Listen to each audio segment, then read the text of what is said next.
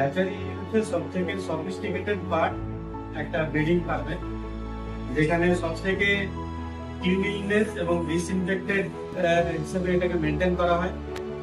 আমাদের ফার্ম সেকশনে যেটা হয়, প্রথমে এই কালেকশন হলো, ক্লিনিং হলো, ক্লিনিং হওয়ার পরে ওটা হ্যাচারি চলে আসে।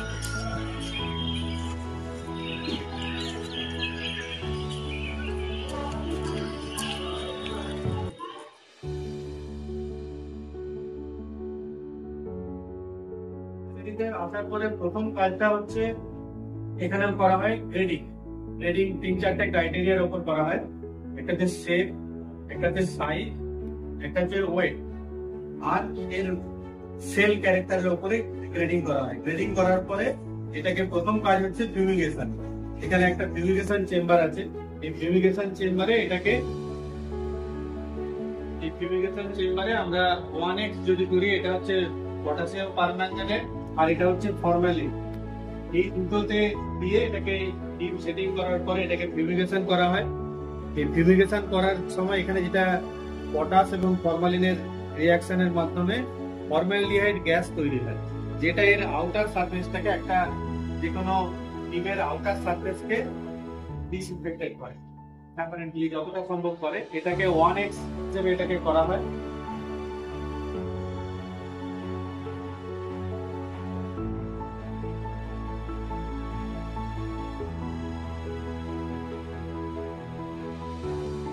করার পরে এটাকে স্প্রে করা হয়।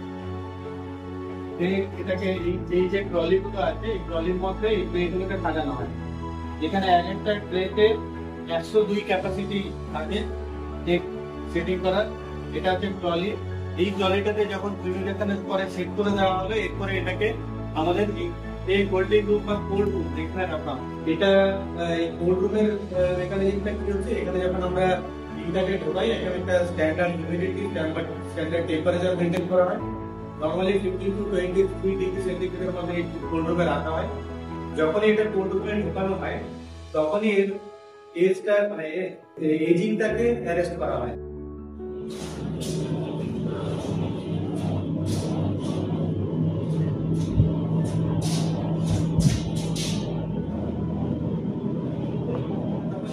হিসেবে এখানে থাকে। এরপরে কোল্ড রুম থেকে যেদিনই বেরোবে, স্টোরেজ করার পরে আমরা ম্যাক্সিমাম 5 থেকে 7 দিন এখানে স্টোরেজ করি। এই স্টোরেজের পর যখন বেরোবে, তখন তার ডে 1 থেকে কাউন্ট হওয়া শুরু করবে। এই কোল্ড রুম থেকে বের করার পরে ডিমটাকে নর্মাল টেম্পারেচারে একে থ্রয়িং করা হয়। যতক্ষণ নর্মাল টেম্পারেচারে এসে ড্রাই হয়ে যায়, তারপরে ওটাকে আমরা ইনকিউবেটরে সেট করি। তো এখান থেকে ওই ট্রলির মাধ্যমেই আবার এই জোনে চলে আসে।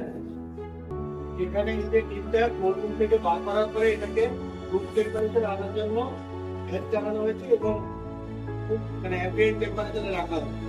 এখানে এটা রুম টেম্পারেচারে আসার পরে কোল্ড রুম থেকে এখানে যখন থ্রয়িং হয়ে যাবে, তারপরে আমরা এই সেটার বা ইনকিউবেটরে আমরা সেট করি। এই সেটার গুলোর ক্যাপাসিটি হচ্ছে 15,000। এটাকে আমরা অল ইন অল আউটও করতে পারি বা উইকলি সেটিংও করতে পারি।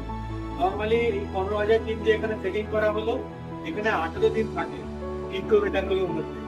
এই 18 দিন থাকার পরে এখান থেকে চলে যাবে হচ্ছে হ্যাচারে ট্রান্সফার হবে, ওখানে 3 দিন থাকে।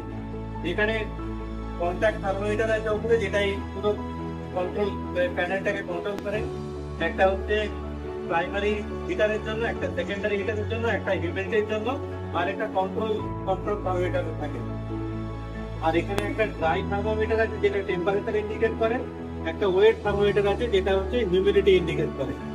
আর এখানে এই পুরো যে প্যানেলটা আছে, এটা অটোমেটিক্যালি টার্নিং হয়। আমাদের টার্নিং সিস্টেম আছে, যেটা প্রত্যেক ঘন্টায় অল্টারনেট করে একবার ব্যাক একবার ফ্রন্ট টার্নিং হয়। এইভাবে এখানে 18 ডেজ থাকে। এর মধ্যে আমাদের কিছু কিছু অ্যাক্টিভিটি এখানে আছে। যদি কোনো ডিমের এখান থেকে ডিসকার্ড করতে হয়, কাল করতে হয়, সেটাও করা হয়। এবং এটা প্রতিদিন একবার করে চেক করা হয়, চেক করে এটাকে কাল করা হয়।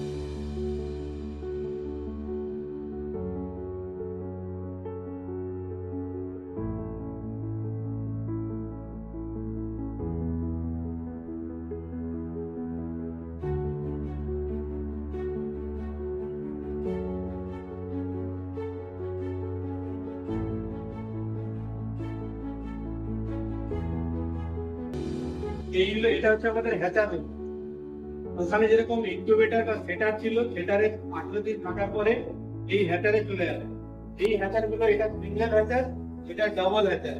এটার ক্যাপাসিটি হচ্ছে 9000 আর এটার ক্যাপাসিটি হচ্ছে 4500। তো এইভাবে এখানে থাকা হচ্ছে 3 দিন থাকার পরে এখানে যেমন একটা চেক করা আছে।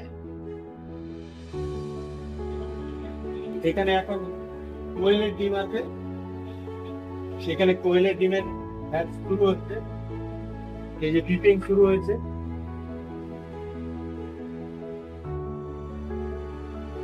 তো এখানে একটা কথা বলে রাখি, যেটা হচ্ছে আমাদের বাউলের ক্ষেত্রে, মানে আড়াইয়ের ক্ষেত্রে বা অ্যাসিলের ক্ষেত্রে টোটাল প্রসিডিউরটা লাগে 21 ডেজ, 18 ডেজ ইনকিউবেটরে আর 3 ডেজ হচ্ছে হ্যাচারে।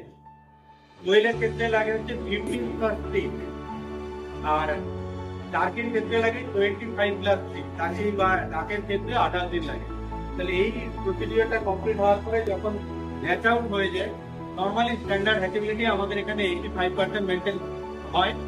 এই কমপ্লিট হওয়ার পরে এখানে এই যে জোনটা, এখানে ভ্যাকসিন করা হয়। আমরা ডে ওল্ড ডে মারেক ভ্যাকসিন করি, বা অন্য কোনো সময় যদি কোনো স্ট্যান্ডার্ড করে দেওয়া হয় তাহলে আমরা সেই ভ্যাকসিনটা করি। ডে ওল্ড ভ্যাকসিন হওয়ার পরে এটা এইখান থেকে এখানে একটা র্যাম্প আছে, এখান থেকে চিক ট্রে আছে, চিক ট্রেতে ওটাকে প্যাকিং করার পরে এটা চলে যায়। হ্যাচারি অপারেশন কিন্তু ওয়ান ওয়ে ট্রাফিক। আমরা যেমন প্রথম যে এন্ট্রি পয়েন্ট ছিল, ফার্ম থেকে এগ কালেকশন হওয়ার পরে ইউরিগেশন চেম্বার, এগ হোল্ডিং রুম, তারপরে সেটারের পরে হ্যাচার থেকে হ্যাচ আউট হওয়ার পরে এখানে প্যাকিং হয়ে এই রাস্তায় ডিসকার্ড হয়ে যায়, কোনো রকম ব্যাক ফ্লো হবে না। এটা হচ্ছে হ্যাচারির ওয়ান ওয়ে ট্রাফিক। আর হ্যাচারি হচ্ছে সব থেকে সফিস্টিকেটেড। এখানে মানে হেলদিনেস এবং ক্লিনলিনেসটা সব থেকে বেশি মেনটেন করা হয়।